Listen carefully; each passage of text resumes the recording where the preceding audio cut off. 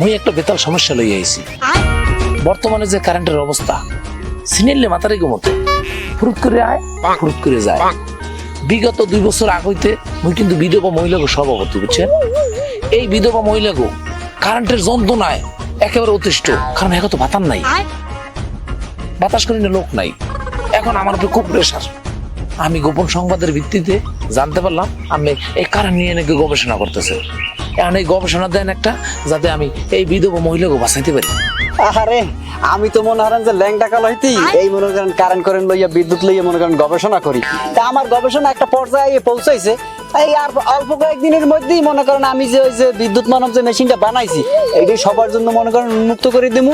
আমি মোটামুটি একটা কনফারেন্স করিয়া মনে করেন এটা সবার সামনে আনবো। আচ্ছা শুনুন, এই যে বিদ্যুৎ মানব বানাইছেন এটা কি আগে মতো?